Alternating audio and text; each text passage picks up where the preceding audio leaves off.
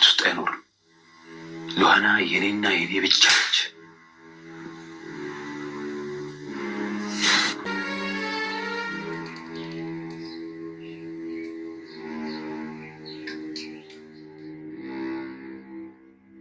ጊዜ ልጨርሰው።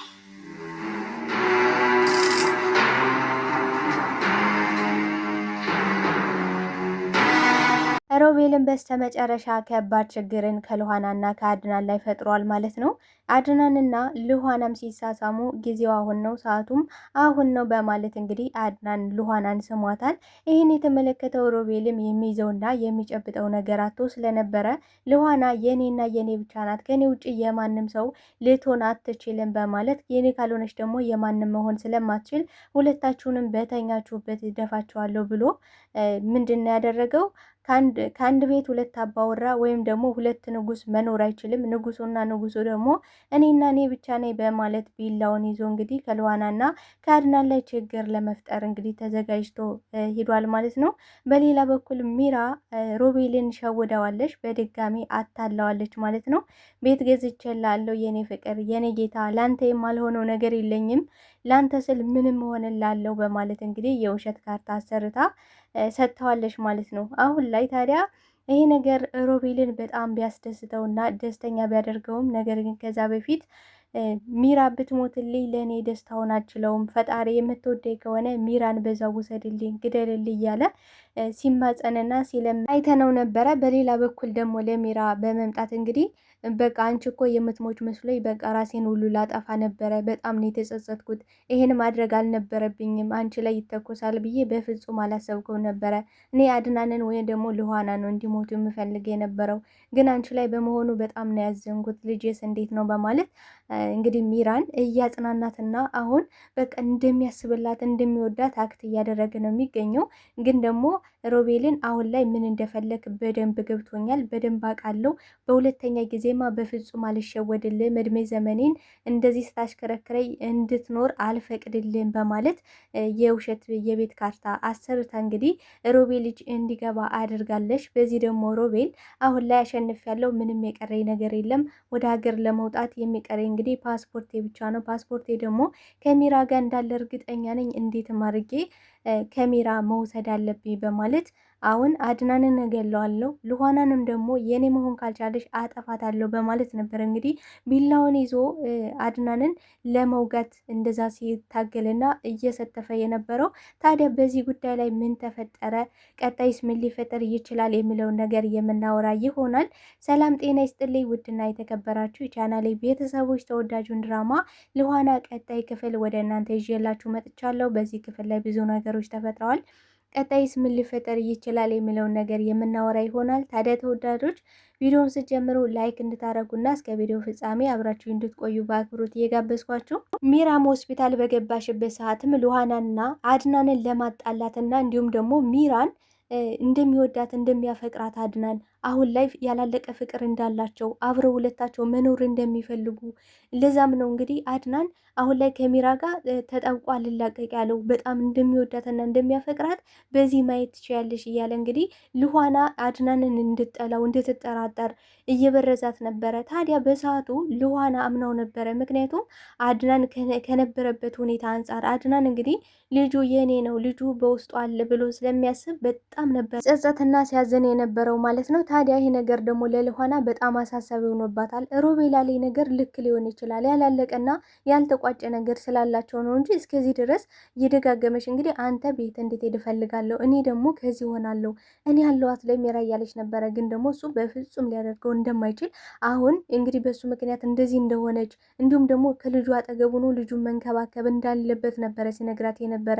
ሮቤል ደግሞ በሰዓቱ እንግዲህ ሉሃናን አሁን ላይ መርዣት አለው እንደፈለኩ የኔ ጋር መሆን ትችላለች ብሎ ቤት ውስጥ እንግዲህ ያለ የሌለ ምግቡን አዘጋጅቶ እየዘፈነ ነበረ። እንግዲህ ተሽቆጥቁጦ ሲጠብቃት የነበረ በቃ ከሉሃና ጋር አለምንን ቅዩ ምሽትን ከሉሃና ጋር አሳልፋለሁ ብሎ እንግዲህ በጣም ሸር ጉድ እያለ ነበረ ሲጠብቃት የነበረው ማለት ነው። ታዲያ አሁን በቃ ከእጅ አስገብቻታለሁ። ከዚህ በኋላ ከኔ እጅ ማንም ሊነጥቃት አይችልም።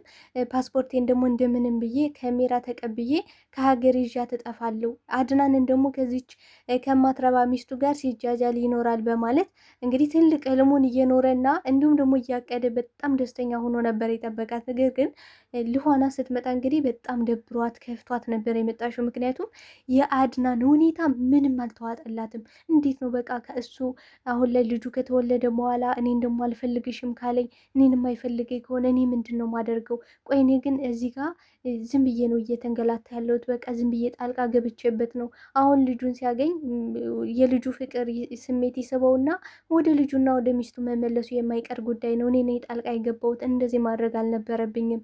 በቃ እኔ ከዚህ ምንም የቀረኝ ነገር የለም። እህቴንም ላገኛት አልቻልኩም። በቃ ውጩኜ ስለ እህቴ ጉዳይ መከታተል አለብኝ። እኔ ቆይ ግን እግዚአብሔር ግን ይቀጣያል እንዴ? ማለት ሮቤል እንደዚህ እየለመነኝ አድናን ደግሞ የምትወደውና በቃ እወደዋለሁ፣ በውሸትም ቢሆን እወደዋለሁ፣ አፈቅራለሁ ነው የምትለው። ግን ደግሞ አሁን ላይ እንግዲህ አድናን ምን አድርጓል? ለልጄ ስል ምንም አደርጋለሁ ብሎ ልኋናን ሊያያትም ሊመለከታትም ፈቃደኛ አልነበረም በሰዓቱ። ታዲያ ልኋና ለዛም ነበር የወሰነችው። እኔ ውጩኜ ስለ እህቴ ጉዳይ መከታተል እችላለሁ፣ ከዚህ ቤት ደግሞ ጥርግ ብዬ መሄድ አለብኝ ብላ ወስና ነበረ። ታዲያ ምንድን ነው ያደረገው ሮቤል? እንደ ባለፈው እንደለመደው ምግቡን አዘጋጅቶ በጣም በቃ ፏ አድርጎ ምናምን ነበር የጠበቃት። ምን እያደረክ ነው ስለው፣ በቃ ዛሬ እኔና አንቺ ቀናት፣ ዛሬ እኔና አንቺ ምሽት ስለሆነች ማንም ሰው የለም፣ ዘና ፈታ ብለን በቃ አለማችን እንቀጫለን፣ ማንም ሰው አያየንም፣ ከፈለግሽ በድብቅ ሁሉ ነገር ማድረግ እንችላለን እያለ ከሚራ ጋር ሲያደርገው የነበረውን ነገር አሁን ላይ ከልኋና ጋር ለማድረግ እንግዲህ እየሞከረ ነበረ። ነገር ግን ልዋና ምንድን ነው ያስታወሰሽው? ባለፈው እንግዲህ ምን አድርጓል? ሻይ መጠጣት ትፈልጋለሁ ከአንቺ ጋር ሲሆን ሌላ ነገር ከአንቺ ጋር በቃ ጥሩ ጊዜ ማሳለፍ ፈልጋለሁ፣ ጥሩ ላይፍ እንዲኖረ ይፈልጋለሁ፣ ካልሆነ ደግሞ ሻይ እንኳን ቢሆን አብሬ መጠጣት ፈልጋለሁ በማለት ነበረ ክላሷ ገብቶ የእንቅልፍ መድኃኒት በመጨመር እንቅልፍ እንዲጥላት በማድረግ እየሳማት እንግዲህ አድናን እንዲደርስ አድርጎ ሁለቱን ለማጣላትና ለማጋጨት ሲሞክርና ሲያደርግ የነበረው ነገር ያ ነው። ታዲያ ይሄን ነገር ደግሞ ሉሃን አሁን ላይ ስላስታወሰሽ በጭራሽ ያለፈውን ስህተት መድገም አልፈልግም። ቆይ ችግር ከኔ ጋር ምንድን ነው? እኔ ጋር የምትፈልገው ነገር ምንድን ነው? እስኪ ሮቤል ንገረኝ ነበር ያለችው። እሱም ደግሞ በቃ ስለሚወዳትና ስለሚያፈቅራት እሱ ያነ አድናን ተብዬውም ነው ያላት። አድናን ተብዬው ከሚስቱ ጋር አሁን ላይ ቆንጆ ጊዜን እያሳለፈ ነው። በቃ በባልና በሚስት አትግቢ ታዩ በቃ እኔ ያለሁልሽ አይደል እንዴ? እኔ ደስተኛ ላደርግሽ፣ የምትፈልጊውን ሁሉ ልሆንልሽ። ልኋናዬ እባክሽ ስሚኝ፣ ከሀገርም መጥፋት ካለብን ከሀገር እንጥፋ እያለ እንግዲህ ሚራን እንደሚያጭበረብረው እንደሚሸውደው ልኋናንም ለማድረግ እየፈለገ ነበር። ግን ደግሞ እኔ ልኋና ነኝ፣ ልኋናን ደግሞ ማንም ሰው አይሸውዳትም በማለት በሯን ጥርቅም አድርጋ ነበረ እየዘጋችው ማለት ነው። ታዲያ አድናን የተሸወደው ሽዋጄ የት ነው? ሮቤል የሚለውን ነገር መስማቱ። ቆይ አድናን ግን አንዳንዴ በጣም ችግር አለበት ብዬ ነው የማስበው። እንግዲህ ሮቤል ያ ልጄ ብሎ የሚያስበው ልጅ የአድናን ሳይሆን የሮቤል ነው ካለም፣ ግን ደግሞ ልጁም የለም ሲጀመር። እንግዲህ ሚራ ከዚህ በፊት ምንድን ነው ያለችው? ልጅ ምናምን የሚባል ነገር ጽንስ የሚባል ነገር የለም፣ ዝም ብለህ ነው አንተ፣ ዝም ብለህ ነው እንደዚህ የምትሆነው አንተ ምን እንደምታስብ በእኔ ላይ እኔም ደግሞ በአንተ ላይ ምን ላስብና ምን ላደርግ እንደምችል ብታቅ ኖሮ ይህን ነገር አፈን አትከፍትብኝም ብለው ነበረ እንግዲህ ሮቤልን ማለት ነው። ታዲያ ልጅ በውስጧ እንደሌለ ሚራም ታውቃለች፣ ሮቤልም ያውቃል። አድናን ደግሞ አሁን ላይ ግግም ብሎ ልጄ እያለ እንግዲህ ልኋናን ሊያጣት ምንም የቀረው ነገር አልነበረ። ምክንያቱም ልኋና ሬዲ ተስፋ ቆርጣ ነበረ። ከዚህ መሄድ አለብኝ፣ በባልና በሚስት ገብቻለሁ፣ ሲቀጥል ደግሞ አሁን ልጁ ሲወለድ እኔን ፈጽሞ ይረሳኛል ብላ ተስፋ ቆርጣ ለመሄድ እንግዲህ ወስና ነበረ። ታዲያ ምንድነው አድናን የተሳሳተው ስህተት? ሮቤል ያለውን ነገር ማመኑ። ሮቤል ምን ብሎታል? ልጁ የኔ አይደለም ማለት እኔ መውለድ አልችልም፣ ልጁ የኔ አይደለም ሳይሆን እንግዲህ ሮቤል በሱ ቤት አድናን የሚያውቀው ነገር እንደሌለ፣ ስለ ሚራና ስለሱ ያለው ግንኙነት የሚያውቀው ነገር እንደሌለ፣ ግን ደግሞ ለአድናን ምን ብሎታል?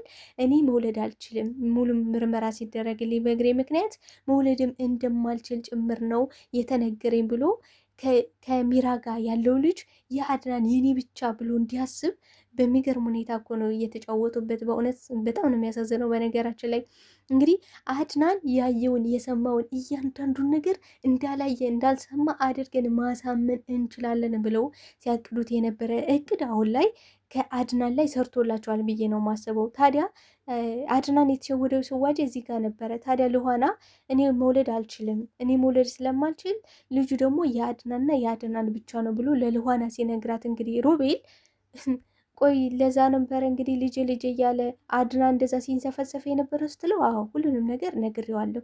እኔም በጣም ነው የገረመኝ። ምክንያቱም እንዴት ነው አድናን በዚህ ደረጃ ሮቤልን ሊያምኑ ይቻለ?